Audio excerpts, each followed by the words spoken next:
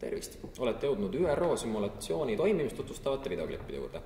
Eelnevalt oleme rääkinud, kuidas näeb välja komitee töö ja nüüd räägime sellest, kuidas komitee töö võiks hakata lõppema. Ehk siis sellest, kui mõni riik tunneb, et resolutsioon on valmis ja teda ei ole vaja enam muuta, kuidas siis resolutsioon ära kinnitada, vähemalt selle komitee poolt. Selleks on vaja tõsta käsi ja teha ettepanek, et resolutsioon on valmis ja selle üle võiks hääletada. Kui selle ettepanekuga ollakse nõus, liigutakse edasi hääletuse juurde. Resolutsiooni üle hääletamisel ei ole enam vaja mitte ainult lihtsalt enamust, vaid 2/3 riikide poolehoidu ja see on ka ainukene hääletus, kus ei saa jääda erapooletuks. Kui hääletus läheb läbi, loetakse resolutsioon valmiks ja see edastatakse peaassambleele ehk siis sellesse kohta, mis on juba järgmisel päeval, kus ka teised riigid saavad tulla ja vaadata resolutsiooni üle ja kust nad lõplikult vastu võetakse.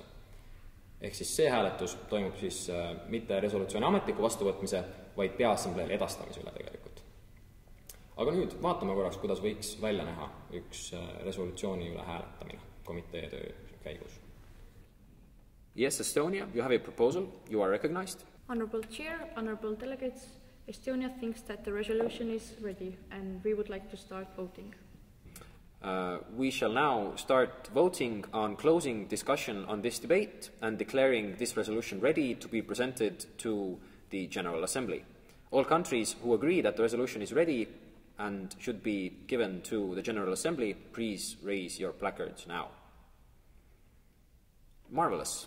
We have a unanimous vote. The resolution has passed. Thank you for your hard work and see you tomorrow at the General Assembly.